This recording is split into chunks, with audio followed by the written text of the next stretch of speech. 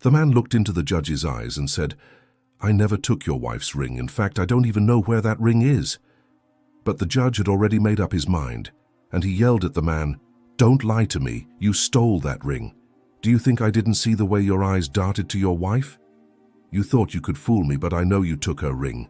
Finders keepers, losers, weepers." He slammed his gavel, sentencing the man to 5 years in prison. The man couldn't believe what was happening. His whole world crumbled down around him. His wife burst out crying and said, "You ruined my life. How am I supposed to go on living now?" But then she looked at the judge and said, "Your Honor, please take mercy on me. I beg you, let him go." The judge shook his head. "It's too late for that. He's guilty. That much is obvious." And with that, he left the courtroom. The man sat down on the bench next to him, burying his face in his hands. It felt like everything was slipping away from him. His wife, his job, his life savings, and worst of all, his freedom. It felt like the whole world was collapsing around him. Then suddenly, the man raised his head and said, "I will find that ring. If it's still out there somewhere, I'll find it and bring it back to your wife." The judge stopped in his tracks and said, "What did you just say? Are you admitting that you took the ring?" "No, of course not.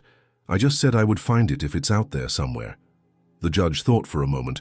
"All right, I'm giving you 1 month. If you find the ring within a month, I'll drop the charges against you." "Deal," said the man. When the judge left the room, the man went over to his wife and whispered, "I promise I will find the ring, just wait for me." She nodded, tears streaming down her face. The man spent the next few days going through old boxes in the attic, searching high and low for the missing ring. But it seemed to be nowhere to be found. He started to lose hope. Was the judge really going to throw him in jail for something he didn't do?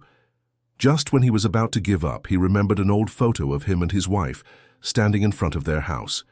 In the photo, his wife was wearing the ring. So he decided to dig up the photo and have a closer look at it. And that's when he noticed something strange.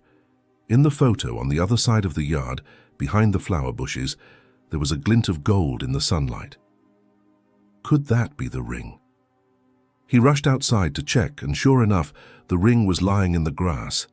It had been covered by leaves and dirt, hidden from sight. Over the years, the man couldn't believe his luck. He picked up the ring and immediately drove to the courthouse. When the judge saw the ring, his face turned pale. He stammered, I don't understand. Where did you get this?" "I found it in my front yard, sir." The judge was speechless.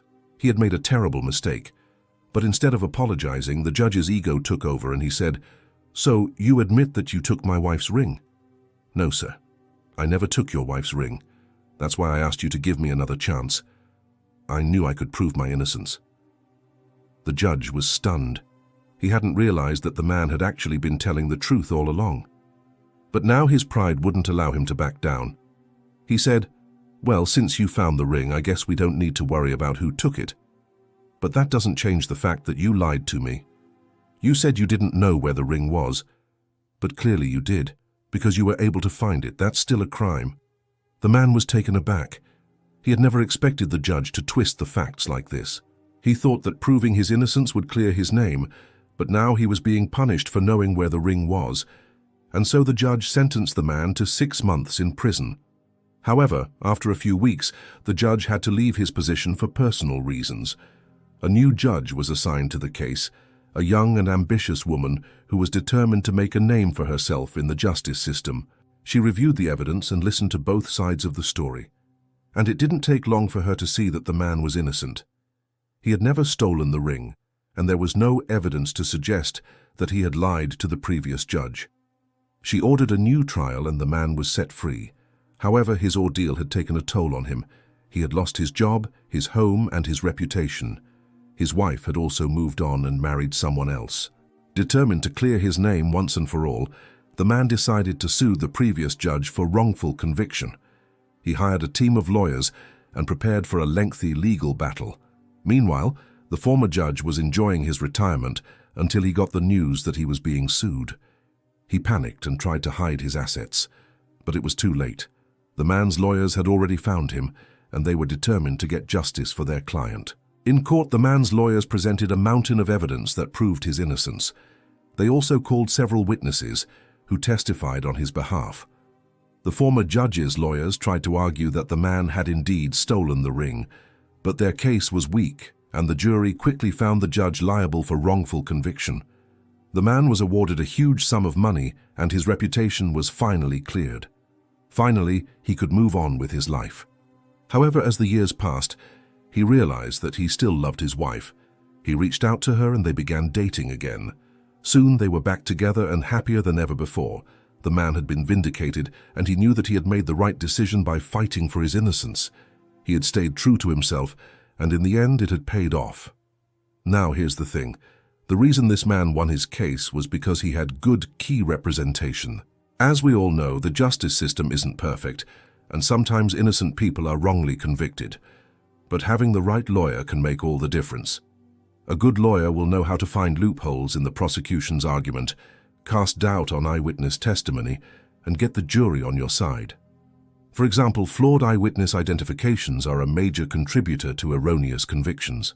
And according to data from the Innocence Project, 65% of the 360 exonerations that have occurred in the United States since 1989 were the result of mistaken eyewitness identifications. This is because human memory is fallible and eyewitnesses can be wrong. Their memories can be distorted or inaccurate, and they may misidentify the perpetrator.